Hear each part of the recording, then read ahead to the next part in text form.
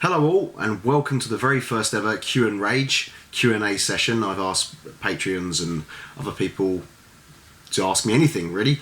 I've got a number of questions that have been sent in. I'm going to read them off a piece of paper, old school style, and just go for it really. So I'm going to do some more things like this for YouTube as things go on. As you've seen, we're doing a lot more with the YouTube channel. One of our shorts broke 5,000 views and has actually been placed in the algorithm with Judas Priest stuff, which is a real success for us. We're going to keep pushing with the YouTube thing because it's delivering better results than the meta services such as Facebook and Instagram for us. So this is the way we're going, so we'll keep going on about it. That's the reason why. It's just showing our content to far more people than we would get from meta. So anyway, moving on to the important part, the questions. And the first question is from Lee Nelson.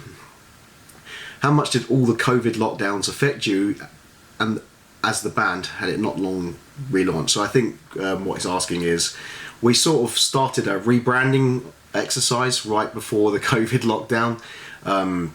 We recorded the album Reforged the Steel towards the end of 2018 into 2019. We then released Reforged the Steel, and that seemed to do reasonably well. We then got booked to play Burfest. If you don't know what that is, that's a festival in memory of Clive Burr, the Iron Maiden drummer, to raise money for charity, obviously. And so everything was going well, and then the world ended. COVID-19 hit, and everything got locked down. We just launched our Patreon, and we'd gone through a sort of rebranding exercise at that point, and then we were basically sat around for 2 years really, give or take, with a few socially distanced gigs. We were forced to record all of our stuff between several studios. It was a really difficult time. It affected our album After Extinction because that had the most studios I think that worked on any of our albums ever. It was mixed by ourselves with a little help from a friend. So the end result was an album which could have been so much better. We just had to do it the way it was done at that time, and that's why we've gone back to a number of those songs and some of the songs from our Extinction After EP to do the Extinction's End album, which will be out next year. That's now finished mixing and mastering. We're just now putting the package together, the artwork and whatever else. So that is in the works, that is coming. It did affect us greatly. It's 2 years out of the band's history. We were just not there. We were having to kind of rehearse as and when we were allowed to. We did a few socially distanced gigs, but it's not really the same thing. But everyone else was in the same boat as us. It was just very frustrating as we just got going again. We had the lineup change, we were raring and ready to go, and there we are. It probably killed Reforged the Steel's momentum a bit, and it probably didn't do, well, I know it didn't do After Extinction any favours, although the album charted, so people were obviously focused in a lot at that time. So when we released it, people bought it, and we're appreciative of that. So yeah, it was just a tough time. COVID lockdown, mental health for everyone was tough at that time. So it wasn't just bands that were affected, families were affected as well from being locked in. Obviously people lost loved ones, which is the ultimate tragedy in that time period.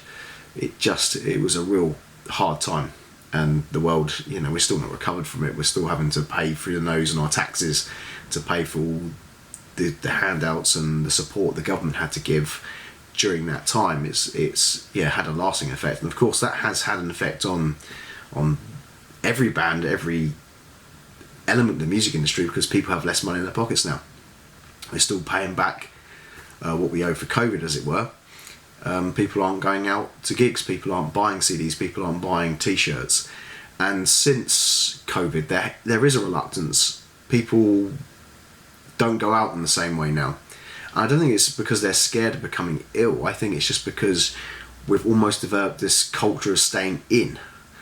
People are very happy to sit at home and put Netflix on. They'll drink store-bought drinks as opposed to going to a pub, which completely affects the live entertainment industry and pubs in general. And there's many posts by the many statements issued by the Music Venues Trust and various opposition MPs criticising what's happening with that at the moment, and the recent budget and the effect that's going to have on the live music scene in this country. So yeah, COVID is the gift that keeps on giving. How do we get out of it? I don't have the answer, but we just have to keep going. Simple as that, really. We're going to keep writing music and trying to play live where we can. The cost of it has gone up. Venues have realised, there's more of a risk now, so the hire of venues is more expensive in most cases. So it makes it very difficult for a band at our level, which we're not, a touring level band, we're not a support level band, and we're also not at the bottom. We don't want to be playing the open mic night, and we don't want to play pub corners where there's no real audience for rock and metal music, but at the same time trying to get to the venues that we should be playing and can fill out and have done in the past. It's more expensive to do that, and obviously with Meter, Facebook primarily, that used to be the main source of promotion, it's now squeezing us hard on there. So the cost for advertising has gone up. The amount of content the pages will show to people is very, very limited. It's a page with 14,000 likes. I think there's 5,000 people on our Instagram. And between all of that, maybe 200 people might see it. Most swipe past. About 5 to 20 people actually interact with it. And of course, every time someone swipes past and ignores it, it's almost like it's a black mark in Meter's algorithm to say that's not a page that's disinteresting, it's not interesting to people. So we get pushed further and further back every time people swipe by. So it's a real tough situation to be in, and YouTube does that a bit. At least it gives you a chance to be seen in the areas, if people remain engaged, that you should be seen and make sense. So yeah, COVID, it was tough, and it continues to be tough because we're still feeling the effects of it now. Everything politically that's happening now is a knock-on effect of COVID, and the trends and the damage it's done to the live music industry. It's huge. It goes without saying, and we're going to see a lot more venues closing down. Some venues could have done better overall in marketing themselves and plugging into the 21st century forms of promotion, relying on a gig poster which might have 4 or 5 band names on it but doesn't actually even say what type of event it is, assuming everyone knows who those bands are, when 99.9% of people who look at that poster are not going to know who those bands are. That hasn't helped their cause. Not having contact lists with their customer base and understanding what sorts of music and entertainment their customers like hasn't helped their cause. But in terms of what's happened in the recent budget and the trends of people staying in, that's a knock-on effect of COVID, and people aren't coming out, and that's putting venues at risk. Now, from a serious question to a not so serious question. This one's from Charles Franklin. If you don't know Charles, he's our tech, our roadie, our everyman, everything man, alongside Alex, of course, who helps out on our tours when we do tour. He does that for free because he's a good guy, and that's that we have to rely on support like that, because obviously we don't get paid either, and therefore we can't pay the people that work with us. So that is a huge shame, but he's a good guy. He's done a lot for us over the last few years, so it's worth mentioning that before I answer his silly question. It's not so silly. I mean, if you know the answer, it's not silly. So he's asked, Salmon or Swordfish, asking for a friend. Well, I know who that friend is, and it's always the salmon, never the swordfish, and that's a Sean Connery quote. You don't look it up. The next question is from Roland Blackman, and he asked, do you guys use Swervejam in Basingstoke? I can't say I've ever heard of it. I assume that's a recording studio or rehearsal studio. No, we're East Anglian, so we don't, we wouldn't rehearse in Basingstoke. It'd be a bit of a trek for us. The next one is another silly one. This is from Jimmy James. He's asked, what makes you squeal? Well, apart from my football team Ipswich trying to play it out of the back like fucking Barcelona, I just swore and I shouldn't have. That makes me squeal a lot. Apart from them trying to do that with Dara O'Shea, who's a very good defender, but not quite up to that sort of football. I don't know what makes me squeal. Probably the recent budget. That's not helped me. Sorry, I'm just getting over this bloody flu that's doing the rounds. In terms of music, I don't know, let's say Judas Priest. That seems to be doing quite well for us at the moment. The next one is from James Balcombe. You may know James as the drummer and founder and, you know, everything to do with Osmium Guillotine. He's asked me what my favourite cheese is. I like Pilgrim's Choice. I like any of the hard and heavy, really, you know, extreme cheeses that the Pilgrim's Choice guys do. They're good. The Collier's Welsh Cheddar is also pretty good. Any strong cheddar I'm a fan of. Anything that's light. I mean, I really hate Cathedral City. Cathedral City is...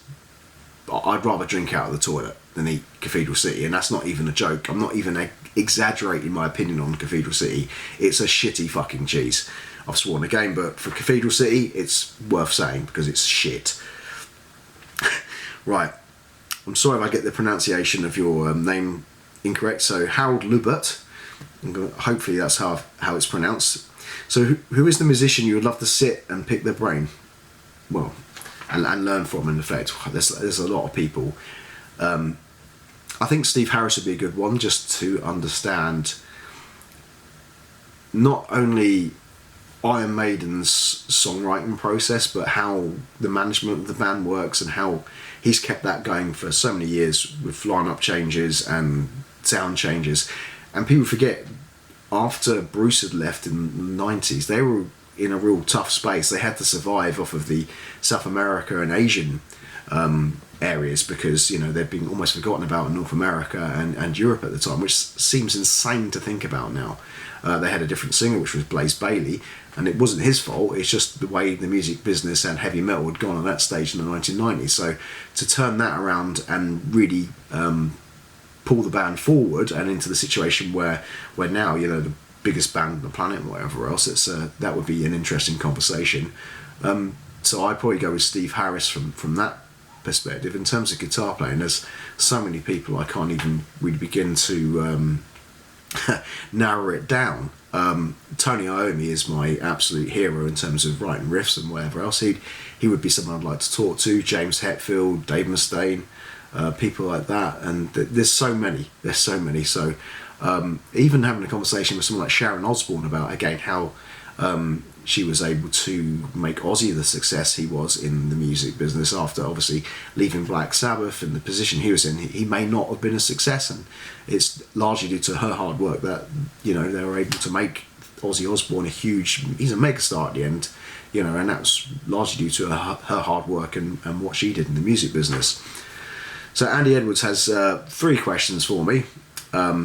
So the first one he's asked is, what's everyone's favourite album of the year? I can't answer for everyone, so I can only answer for myself. Now, Andy will know, when you get to a certain age, you forget what year's albums come out. I'm pretty sure Parabellum by Testament was released this year. In fact, I'm confident of it. That's probably my favourite album for this year's Parabellum by Testament. It's got a bit of everything in it. It's one of their heaviest albums, but it's also got NWOTHM influence in there. It's just great. I thought that was a great record. Where do I get my lyrical inspiration from? World events, current affairs. After Extinction was very much written in the vein of what was happening in the world at the time. So, of course, COVID lockdown, the government's responses to it. There's some personal stuff in there as well. The song Slave to the Grind deals with the problem of drug addiction. After Extinction deals with frustration in the music industry from my perspective, and sort of being blacklisted and being told you could never make it, you're not a festival band, you're not a touring band, you're just not any good, over and over again for, I think it was 12 years at that point. So that was a frustrating song, or a frustrated song. A Storm Is Coming is about the current political climate and how we're continually let down by politicians. There's a whole rafter of subjects on there. Protesting for Profit is about the illegitimacy of how companies present themselves effectively. I'm going to use a random reference here, but it will make sense. I make the joke on stage like I really hate car adverts, which is true. I hate car adverts. They're some of the worst adverts on television. They don't make sense. They don't really sell the car, and it's just often abstract and bizarre nonsense. But at the core of that, if you look at a company like Volkswagen, and this gives you an indication of how little principles mean to these people. So Volkswagen, famously, they were founded and created by Nazis. They are from Nazi Germany. Volkswagen means people's car. It was an initiative by the Nazis in Germany to create an everyman car. Now, zoom forward to 2022 when the album came out, but 2025 it makes no different, and they're promoting the exact opposite of that. You know, they're very much, to use the term, woke. They're pro-homosexuality, and they're promoting that to sell their cars. And it shows that there's never a principle. It's just about what's trendy at the moment. We don't care what the politics is. We'll switch sides so long as it sells cars. We just don't care. And people might say that's a bit of a cynical view, but just look at it. And they certainly don't promote those values in areas of the world where those values aren't popular. So it's cowardice as well. Because if they were really, truly for, you know, woke politics or whatever you want to call it, I'm not having to dig at woke politics here, but if they were truly for it, then they would be brave enough to promote those values worldwide, regardless. And they wouldn't be hiding those views in China or Saudi Arabia or wherever else if that's how they really felt. They don't feel that way. They just want to sell cars, and that's what that song's about. It's about having absolutely no principles. So you're protesting for profit. So you're making this big deal out of whatever the current affair issue is here, just to sell a car, just to sell a magazine, and I think that's really weak. That's just my personal view, and I think we need less of that type of crap. Anyway, what other songs are on that album before I get into a full-on meltdown rant? But that's principally how I look at things. I try and give the lyrics of the song some perspective, and if it's something that's annoyed me or I think should be highlighted, and sometimes I can try and be clever with it. I will try and be clever with it, and you know, put more than one meaning into what I'm talking about or covering in that song. So there's a lot of different lyrical themes. So I'm starting to lose my voice having had this flu. Which Kaine song are you most proud of? Well, I'm proud of a lot of Kaine songs. I think I've written over 70 of them now, which is ridiculous. I think it is something as mad as that. Haven't thought about it. Probably we're going to call it All Hail. All Hail. Sorry, my voice is going. All Hail on the Extinction's End album, but it's currently called Evil One. All Hail the Evil One. And this song was a real collaborative effort. We wrote it in the studio together, and we really thought about how the song worked, how it played, each part played into each other, and we had a lot of fun writing it. It's one of the most fun songs we have to play. So in terms of having a real collaborative effort that we were all proud of at the end of it, and we all think it's probably our best song, Evil One or All Hell, whatever you want to call it. So Andy, thanks for those questions. So we're back onto silly questions now. This one's from Daniel Swindles. If you had to fight 100 duck-sized horses or a single horse-sized duck, which would you choose? It depends what you want to achieve, because 100 duck-sized horses would be pretty easy just to kind of, you could step on most of them. Your only enemy there is your fatigue and how quickly you can kick the crap out of them. Whereas one single horse-sized duck,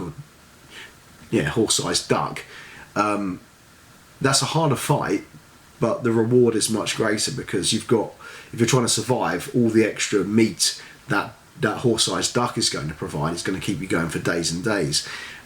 Or from a capitalistic point of view, you could sell that to Chinese restaurants and make an absolute fortune. So equally, I'd probably go with the mega duck, or the horse duck, or whatever you want to call it. I'd probably go with that. And finishing off with a sensible question. Favourite Kaine t-shirt design from John White? Ooh, I quite like the Neo Samurai one we did for Forged to Steel, the very first Patreon one. That was a really cool shirt we've done in terms of an elaborate design. But we've done a few cool ones. The Master of Mankind one we did for Patreon was really cool. The Waystone one, which you've referenced, is a classic. People seem to, we must have sold hundreds of those shirts, so there's plenty knocking about. So yeah, probably that Neo Samurai shirt that we did for the Patreon a couple of years ago. It's probably my favourite, but there's loads of cool ones. Even the Crisis of Faith t-shirt with just the album art on it and the pink writing, I thought that looked really cool. So that brings me to the end of the Q&A, or the Q and Rage, or whatever you want to call. Hopefully this won't look or sound too terrible. This is very much a DIY setup. We're not in Gallowwood Media for this. This is just me. Again, thank you so much for checking out the YouTube, and I've got a Black Sabbath video up on there which is struggling for views, so if you fancy checking that out, drop us a view on there. You've got Liam doing several drum playthroughs. He's done Mastodon and one of our songs, and you've got Toby and Isaac talking about the gear at the moment. There's a couple more videos in the work. You've got me talking about the debut Iron Maiden album that's coming out. Liam's got a couple of playthroughs, songs that you won't expect him to have covered. And the guys are doing a couple more videos where they're doing some covers coming up, and that's all with Gallowwood Media, so keep your eye out for them. And every playthrough we get, every like we get, every comment helps our stuff be seen. And it goes to say that, well, it goes to say it's the same for Facebook and Instagram or wherever else you see us post. If you just like it and comment on everything we do, it shows the companies that we're not boring, and it encourages more people to be able to actually see it. And YouTube, it's really important. So with the short that's done over 5,000 views, it's been linked into a Judas Priest video now from Painkiller. So people, when they look up that video or watch it, you will see us in the shorts column. And while that's not the biggest thing in the world, it does mean that people go, well, what's that? And they might click on it, and we might find a new fan out of it. And if they like Judas Priest, and we're very influenced by Judas Priest, they might well like Kaine. And that's what we've got to do. We've got to reach out, because we can't survive doing local gigs anymore. As I said, it's all changing. We have to be better at the 21st century stuff ourselves. And that means doing more short form content, it means doing more YouTube content, and it means banging on about it over and over again, which I'm sure some people, and I know they do get fed up with me repeating the message, but that's because so much of our stuff gets ignored. Every swipe pass that we get damages us. Every time our emails are ignored, it damages us, because it says to the social media providers that we're not interesting. And when our core base is who we're putting this out to, whether that's Facebook or an email list or whatever else, if they're not interested, then they're thinking, well, the wider audience isn't going to be interested in this, and it just gets smaller and smaller and smaller till you get to the point where we're at with Facebook, and nobody really sees anything, and it's really tough when you get to that point to come out of it. So thank you so much for staying to the end. I'm sorry that I'm mumbling a bit. I'm losing my voice. I said I've not been too well. Continue to check out the channel, and again, thank you for the many years of support. It is greatly appreciated. And if you're not subscribed to our Patreon, it's £1 a month. We lost 52 Patreons this year. You know, it's £1 a month, so if you can give £1, you get some exclusive content. Depending on which tier you are, you get exclusive merch. And if you have the Patreon app, that's nothing to do with algorithms. It will never hide anything we post on there. So download that, sign in, and you'll get everything we post. Anyway, thank you so much for sticking with this. I'm rounding on now. See you next time.